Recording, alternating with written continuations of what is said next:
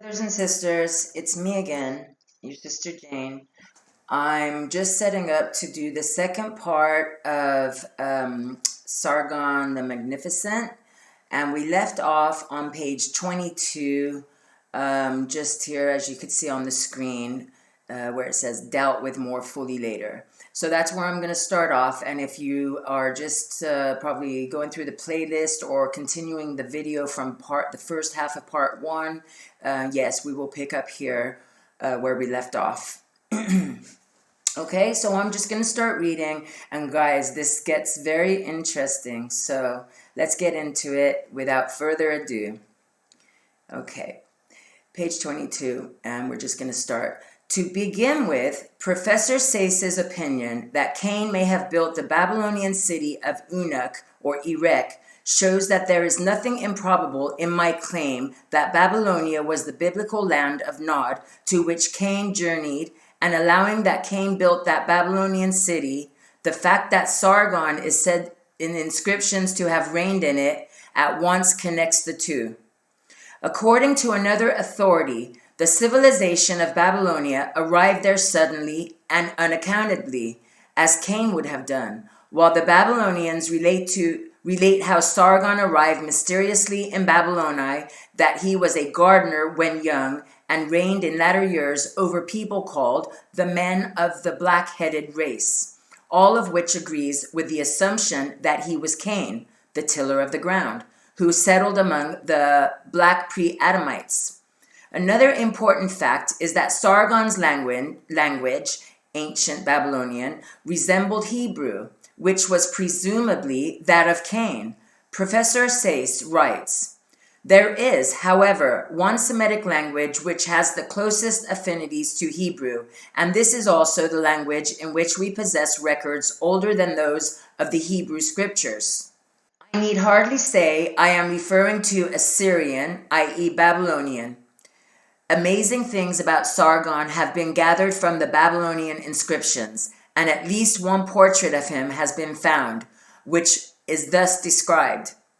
Only one sculptured monument of Sargon has been recovered. It is a large triangular monolith found at Susa. The king, according to Semitic fashion, has a long beard reaching to his waist, heavy mustaches, and his long hair is rolled into a huge chingon at the back of his neck." And as you can see, I skipped over. I'll just read that part above it. "It is usually called the Assyrian, after the name of the country where the first and most important excavations were made, but the term Babylonian would be more correct, as Babylon was the birthplace of this language and of the civilization to which it belonged." And then I'm just going to skip down after it said the huge chingon at the back of his neck. "Any one point in early Babylonian history was to be regarded as certainly established. It was the historical character of Sargon of Agade. Sargon's reign forms the most important epoch in the early history of his country. Few monarchs of the ancient world are so well known to us moderns who are interested in these subjects as Sargon of Agade, and we may say that to the Babylonian he was their hero of heroes, their Minos, Charlemagne, or Alfred the Great. In the Cambridge history we read, the fame of Sargon was such that a range of mountains in the Lebanon region from which frankincense was obtained was named the Mountain of Sargon. Sargon divided his vast empire from the lower sea to the upper sea, from the rising to the setting of the sun into districts of 5 double hours march each, over which he placed the sons of Pallas.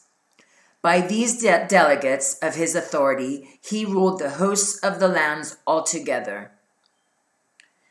My suggestion is that these sons of his palace were Cain's own descendants, and that they helped him to rule the inferior race, the pre-Adamites.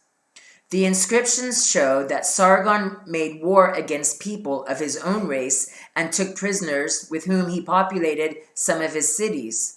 It is probable that he had Adamite wives and that some of those sons of his palace were pure Adamites, as the monuments show his son Naram's sin to have been. Guys, I just want to say something. Here.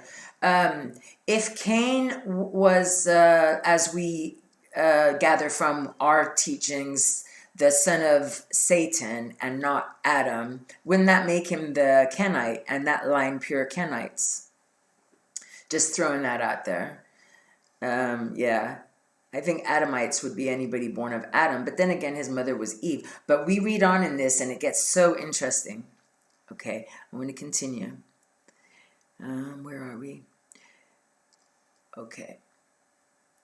We read that Sargon made successful expeditions and that with the conquered peoples of those countries, he peopled Akkad. Professor King writes, in some versions of his new records, Sargon states that 5,400 men daily eat bread before him. Though the figure may be intended to convey an idea of the size of Sargon's court, we may perhaps see it in a not inaccurate statement of the total strength of his armed forces.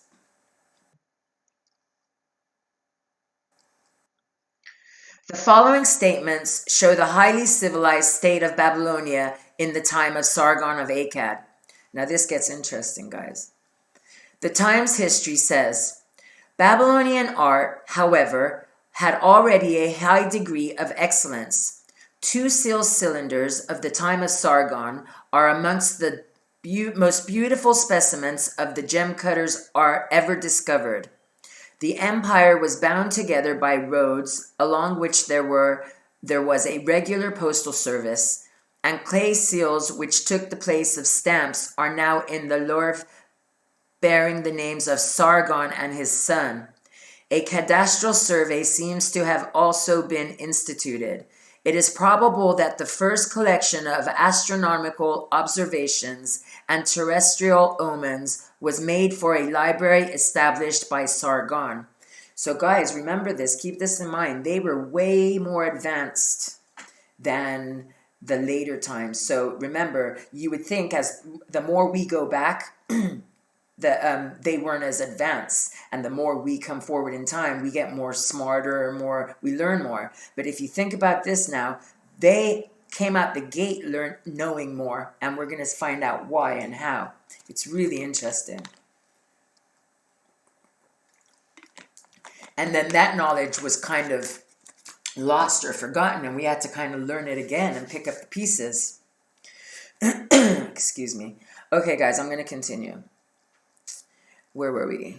Yeah, and you can look up this stuff that it's talking about. It's, this stuff has been found by a lot of those digs that they do and the excavations.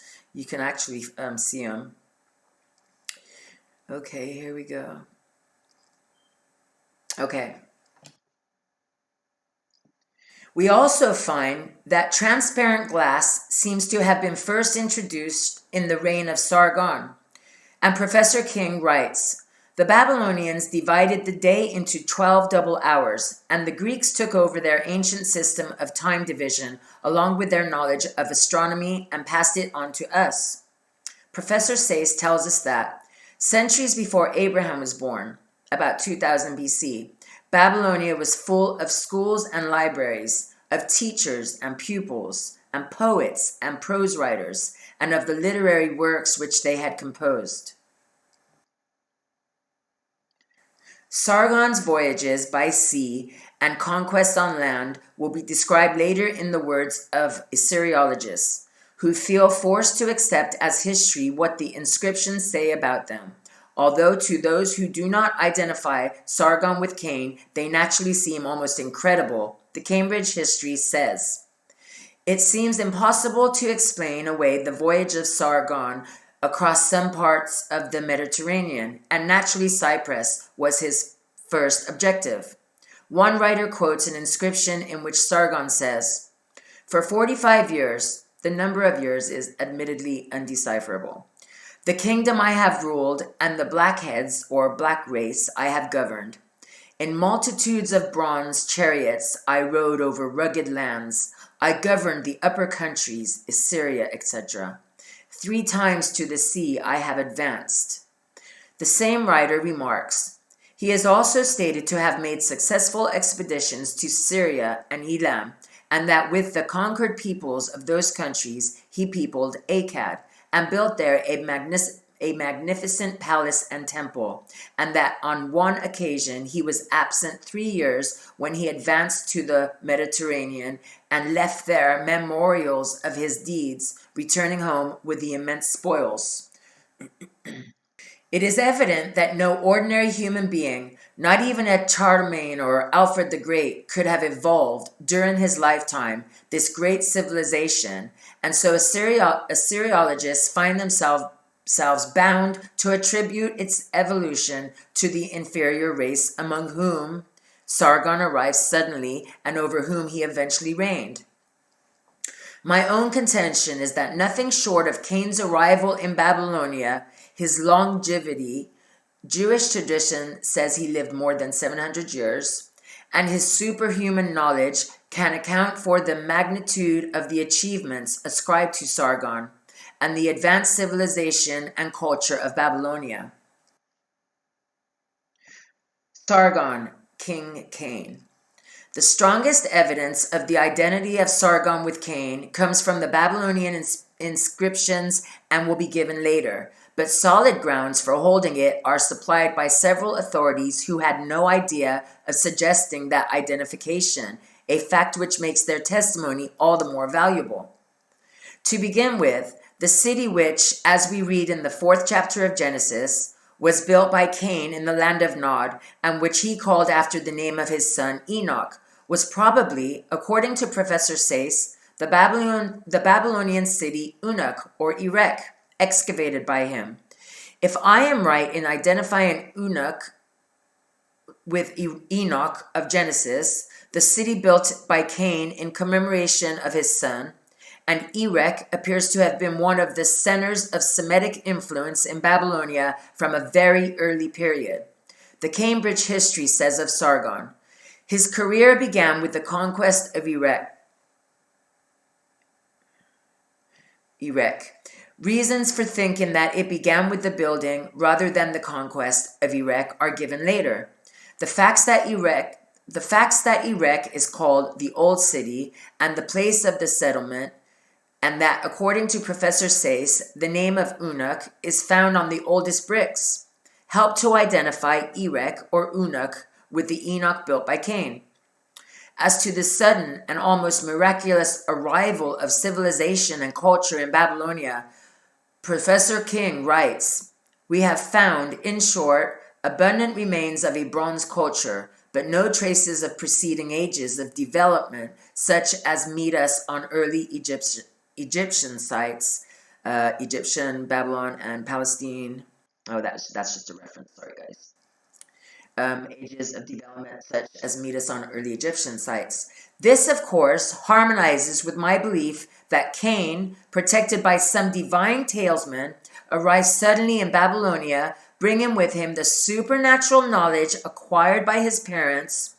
One writer, expressing his astonishment at the high grade of civilization and culture which is known to have existed in Babylonia in the time of Sargon, writes, surely such a people as this could not have sprung into existence as a deus ex machina. It must have had its history, a history which presupposes a development of several centuries more. The expression deus ex machina, paraphrased by Dr. Brewer into an intervention of a god of some unlikely event, is curiously appropriate in connection with my belief that the Babylonian civilization was due to the sudden advent of Cain with his marvelous knowledge.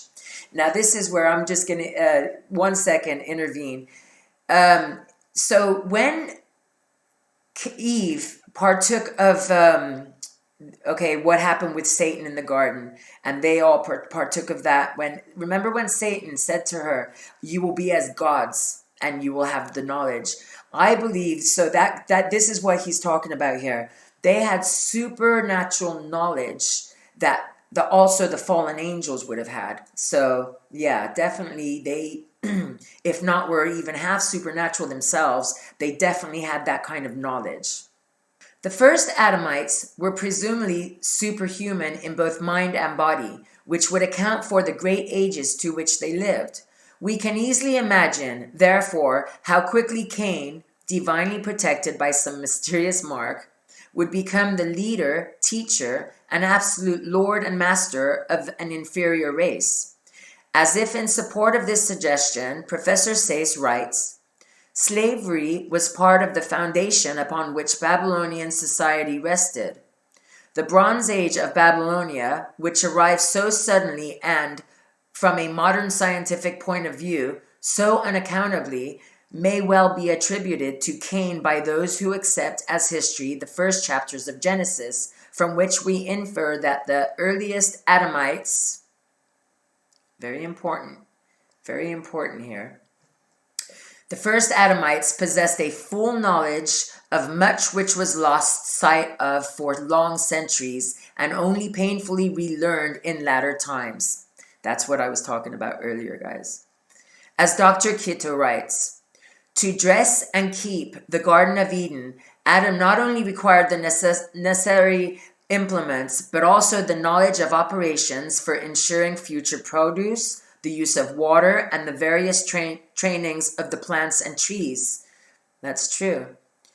Dr. Keto asks how Adam could have done the work appointed for him without iron instruments. Iron cannot be brought into a serviceable state without processes and instruments which it seems impossible to imagine could have been first possessed except in the way of supernatural communication. To make iron, as is the technical term, requires previous iron. Tubal came most probably lived before the death of Adam, and he acquired fame as a hammerer, a universal workman in brass and iron. And that's Genesis 9:22, I believe. Okay, we gather therefore that Tubal-Cain's ancestor Cain may have taken the knowledge of arts and crafts into Babylonia. The tempter had told Eve that the fruit of the tree of knowledge would make her and Adam as gods. What limit, therefore, can be put to their capabilities? Discoveries witness to the fact that the culture of Babylonia in Sargon's time was of a very high order, and that the art of that period excelled all later art. No adequate explanation for this can be found unless we believe that Sargon was Cain and had inherited the miraculous knowledge of his parents.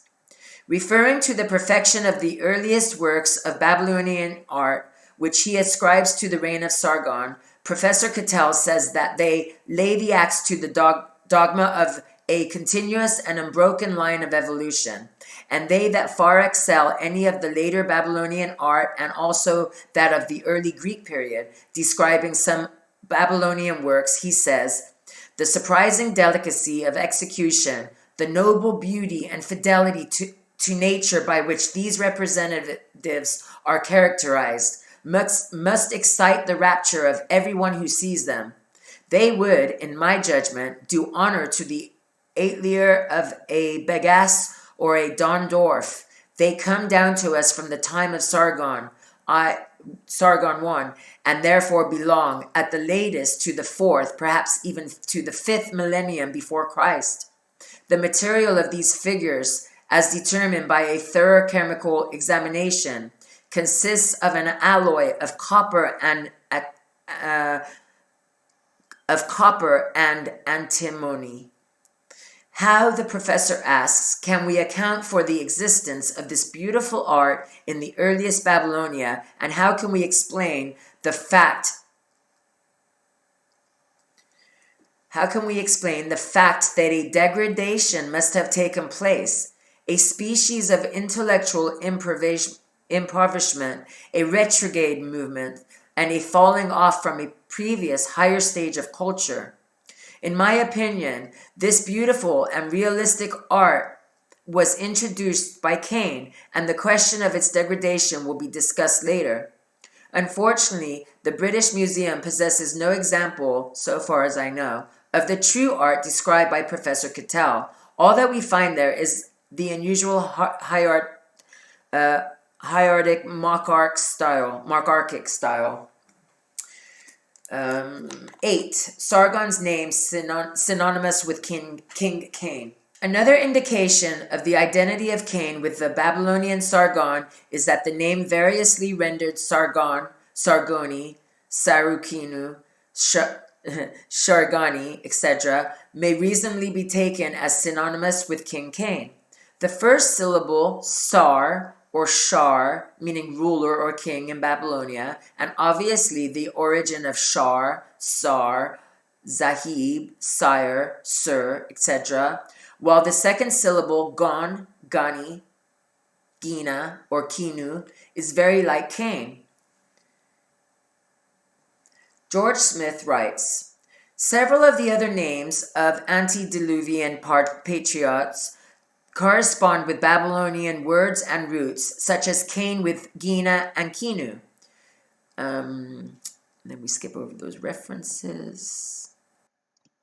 We also, Sargon's date. We also, it seems, have the right to believe that Sargon's date, circa 3800 BC, agrees with Cain's. Accepting Archbishop Usher's reckoning, which has never been discredited, Adam was created about the year 4004 BC, and they still agree with that to this day, guys. And he is said to have lived 930 years. Cain may have been born soon after 404 BC and may, like Adam's other descendants before the flood, have lived many hundreds of years. According to Jewish tradition, he lived 730 years. Yeah, I agree, totally. He was within that time before God shortened the years. He definitely lived many, many hundreds of years. That Sargon lived long is indicated by the tales of his marvelous exploits and travels. It seems necessary indeed to picture the Babylonian king as endowed with longevity, and this would account for the enormous gaps in Babylonian history, which Assyriologists fill up with admittedly conjectural kings and even dynasties. The great ages of the biblical patriarchs are sometimes treated as fabulous, but the words in the 6th chapter of Genesis, here we go, yet his days shall be 120 years, seem to imply that human life was to be curtailed, and while there is no evidence that men did not live to the great ages mentioned in the Bible, the whole weight of tradition tends to show that they did. The gods and demigods of the Egyptians were said by the priests to have lived many hundreds of years. And to adopt Professor Cattell's line of argument, would they have imagined, that longevity if it had never existed? True. Although the Jews are known to have disputed as to whether it was common to all men to live to a great age in those times, they never questioned the longevity of the patriarchs. That's so true, guys. If you think about it, in fact, I've heard many of those, they say, ancient teachings that they say Christianity copies. They say, even I've heard people from another planet have came, and that these were the people that handed down the knowledge. But no, that wasn't it at all. It was before God shortened the time, they lived to those long ages, so they learned all these things. They had time to observe. Makes so much sense. How can you not see this? People still argue against it. Okay, where were we? Those times they never questioned of the patriarchs. Okay.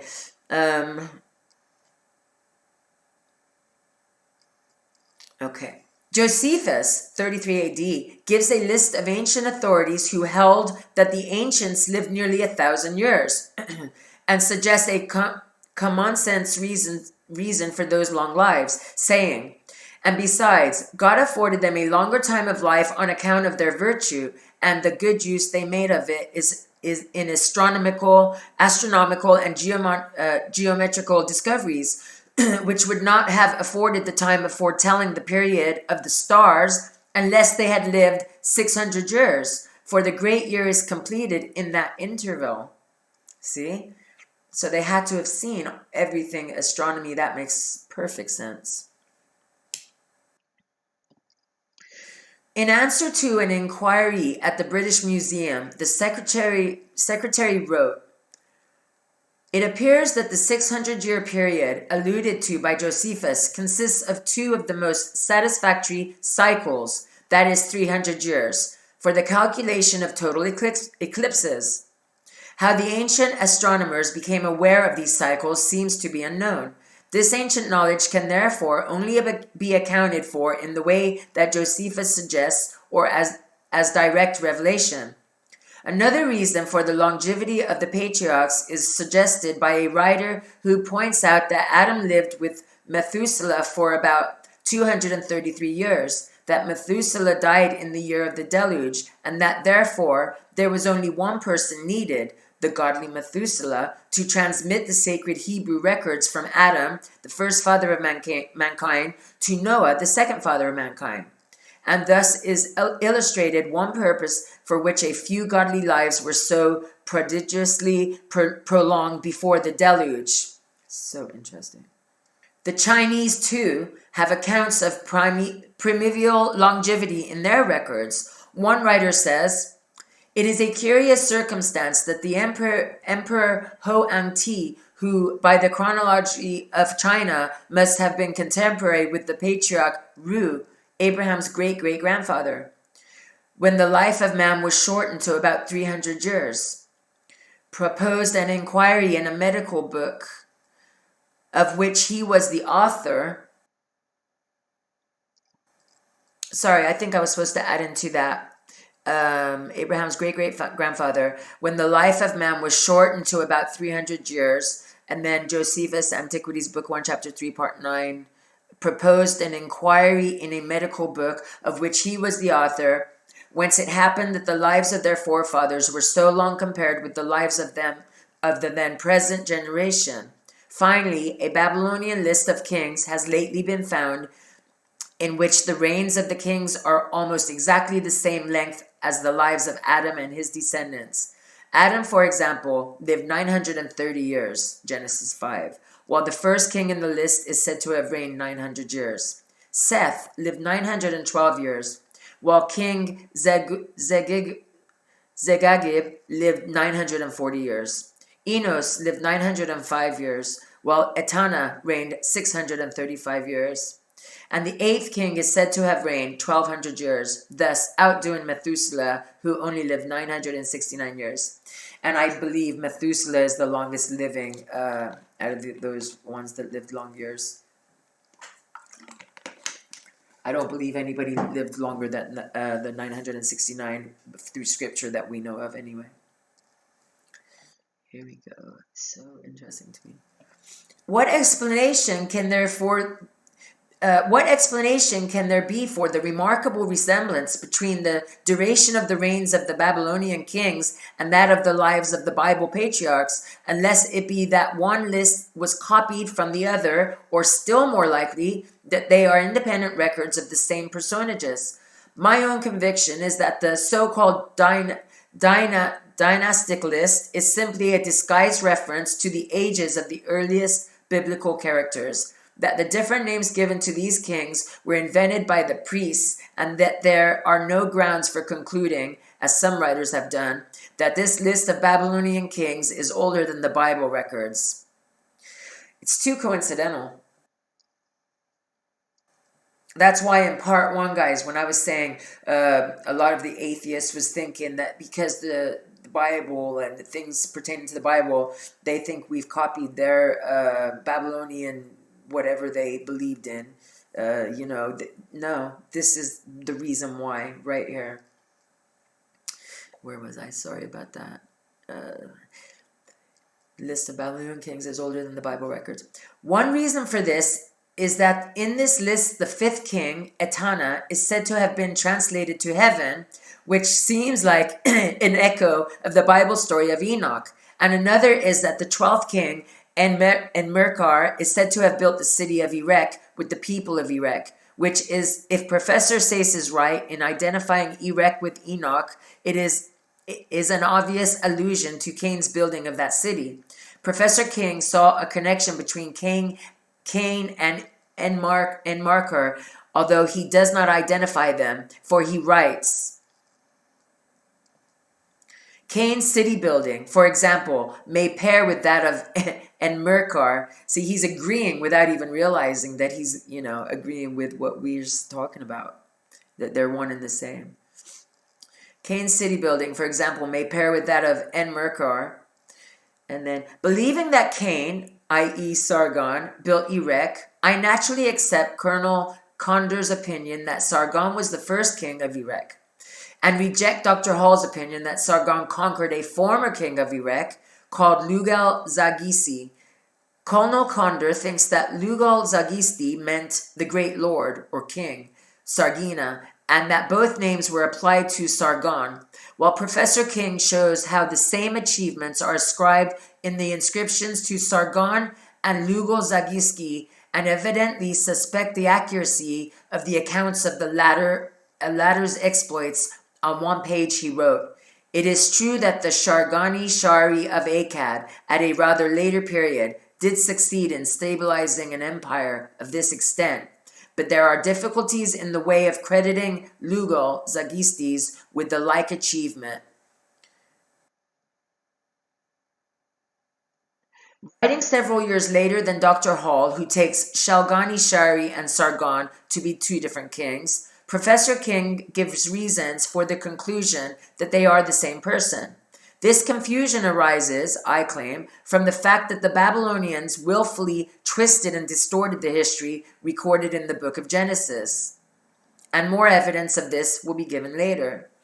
Totally makes sense. Because if they're the Cain line, if they're the Kenites, makes sense. The importance of this king list, from my point of view, is that it shows the longevity of the Bible patriarchs was known of in Babylonia, which helps to verify the statements in Genesis, and may persuade the skeptical to accept the probability that Cain was alive in the year 3800 BC, the date ascribed to Sargon, and for centuries after. Considering that no Egyptian king can be dated with any certainty previous to the Ptolemaic period about 500 BC, it is a striking fact, and to my mind, providential, that this very early date should have been established. Professor Sayce describes how, against his previous judgments, he was forced to accept the evidence that Sargon of Akkad lived as early as the 4th millennium before Christ, and says how that fact shook to its very foundations his previous theories. He tells how the last king of Babylonia, Nabonidus, had antiquarian tastes and busied himself not only with the restoration of the old temple of his country, but also with the discernment of the memorial cylinders which their builders and restorers had buried beneath their foundations. It was known that the great temple of the sun god at Sippara, where the mounds of Abu Haba now mark its remains, had originally been erected by Naram Sin, the son of Sargon, and attempts have been already made to find the records which, it was assumed, he had entombed under its angles. With true antiquarian zeal, Nabonius continued the search until he had lighted upon the foundation stone of Naram Sin himself. This foundation stone, he tells us, has been seen by none of his predecessors for 3,200 years.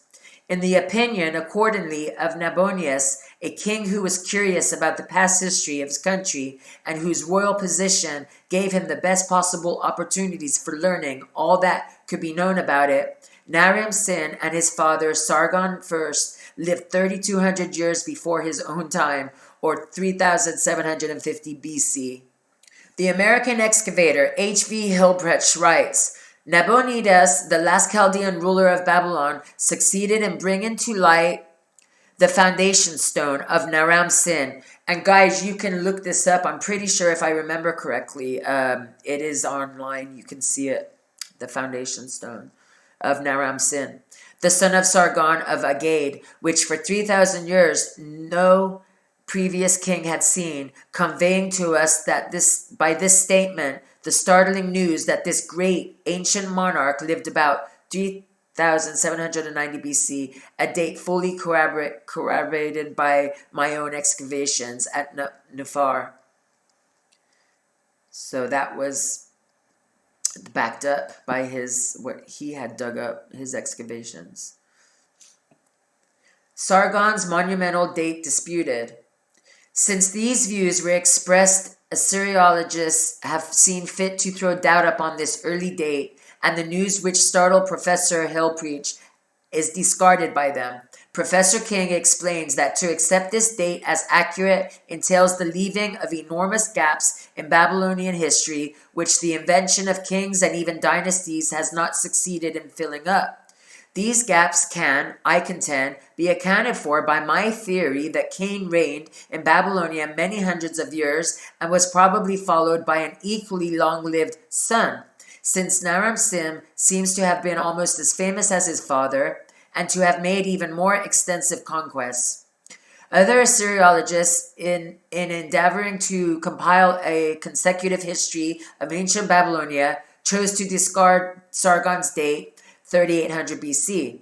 In the latest edition of the British Museum catalog, we find, it is now generally thought that the scribes of Nabonidus either made a mistake in copying or that there was a mistake in the archetype. In fact, that they wrote 3200 instead of 2200 makes more sense. They assume that Sargon reigned between 3000 and 2700. So yeah, that would make a lot more sense. Because don't forget, you go backwards before it goes like how we don't do it like that. We go from higher to then lower and then lower to higher. Sumer and Akkad. It seems noteworthy that Professor King, who in this work published elaborate lists of Sumerian kings, should thus confess their conjectural character. The reluctance to accept Sargon's early date leads to some confusion. Professor Waddell, for instance, in a footnote says, the founder of the first Sumer dynasty, about 3100 BC, who uses the swastika and figures himself as a fire priest, often records his presentation of a front pan or a front of the abyss to different temples which he erected. Sargon I, about 2800 BC, as a high priest who uses the swastika, describes himself as water libator and devotee, Nu is Sir Nazir of God. How much simpler to regard both kings as one and the same. Exactly. They're just making it so much harder.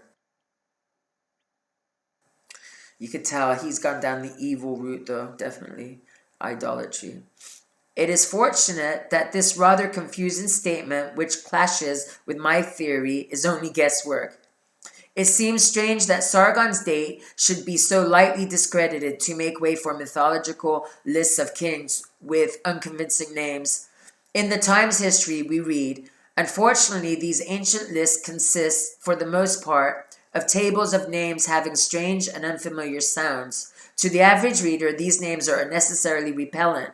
Such words as Eanatum, Eramash, or Alusharshid, Samu Eluna, Kadashaman Karbi cannot well be otherwise than mystifying when unconnected with any vivid sequence of tangible events. And for the most part, the names of these earliest rulers of Babylonia stand in the present state of our knowledge as mere names, with only here and there a suggestion of tangibility. The present knowledge does not by any means suffice to give us a full list of names of these early monarchs. Whatever is written today regarding early Babylonian history must then, in the nature of the case, be subject to possible revision tomorrow. Meantime, we must be content with the glimpses into here and there an epoch, and with the citation of here and there a name, covering as best we may some 3,000 or 4,000 years of Babylonian history in a few mere chapters. Since this was written, one or two writers have boldly, on the strength of these scattered names, composed so-called histories of ancient Babylonia, but a close examination shows that no satisfactory records exist of that period of history. between Sargon of Akkad and his son, and the reign of whom Hammurabi, who is regarded as the Amraphel of Genesis 14:1, the contemporary of Abraham. The long list of imaginary kings has all the air of being authentic, but I agree with the writers who claim that some of those names, Lugal, Kigub, Lugal, Zagisti, for instance, are only other titles for Sargon. The fact that those kings are credited in inscriptions with the very same achievements as Sargon justifies this conclusion. Okay, I go further and suggest that most of the names in these lists were mere inventions of the Babylonian priests, which are now used to fill up the enormous gaps in history caused by the immensely long reigns of Sargon, Cain, and his son.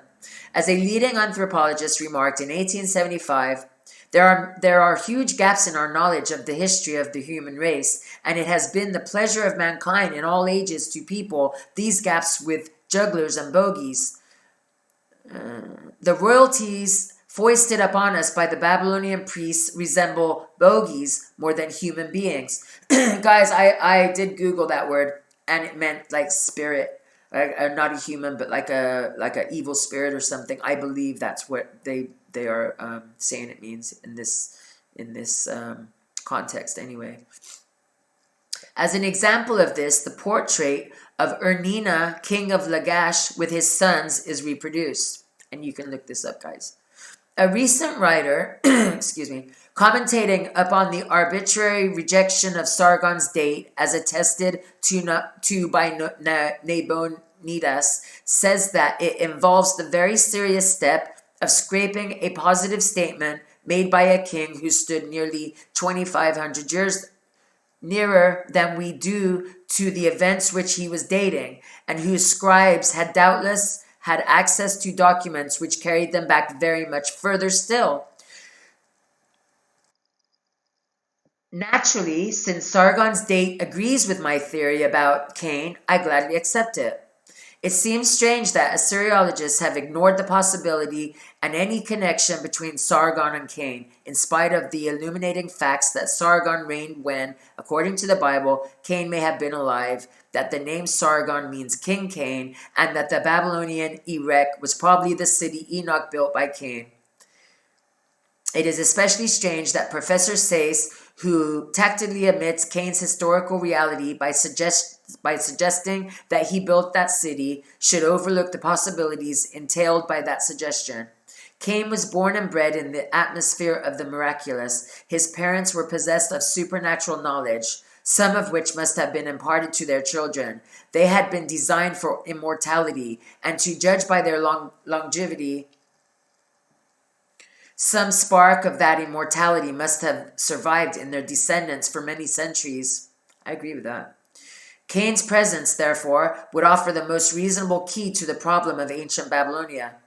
The story of the Tree of Knowledge is now often regarded as a kind of fairy tale, founded upon Babylonian legends and unworthy of serious consideration. But this view is strongly opposed by the fact that, as we shall see later, the conception of the Tree of Knowledge found its way into Babylonia before 2000 BC, together with other details of the Bible story. While the nonsensical and paradoxical references to that story in the Babylonian inscriptions cannot reasonably be taken as anything but the willfully corrupted form of the events described in the Bible. Yeah, I agree, they were corrupted. Even some thinkers who accept the miracles of the New Testament doubt those recounted in the Old. Dr. Charles Gore, former Bishop of Oxford, writes, "The Christian religion could not have begun without miracles or the belief in miracles. So I think that today we are rationally led to believe that they actually occurred, and that without such belief, the conviction of the Christian faith would not hold its ground. Yet for the first chapters of Genesis, he has little use, probably because of the miraculous element in them. According to him, we should regard Adam and Eve not as historical individual, but as man and woman, as every man. Can we believe? Is it not equally rational to believe that the Hebrew religion began with the miraculous events recorded in Genesis, and that without those events there would have been no religion at all? Christianity, as St. Augustine of Hippo remarked, began in Genesis, and judging by the way in which the pioneers of Christianity referred to the book of Genesis, his sentiment was inspired by their writings. Is it reasonable, therefore, to draw the line between the miracles and between the miracles of the Old and New Testament?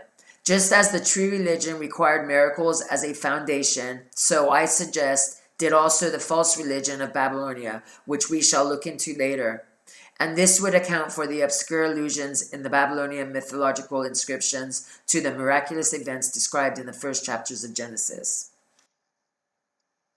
Yep, that's it, guys. So that's the end of part one, and I hope you enjoyed it. I'm really tired today, so I'm going to edit, and hopefully it'll come out okay, and it will be understood clearly. Love you guys. Take care. I'll speak to you guys very soon.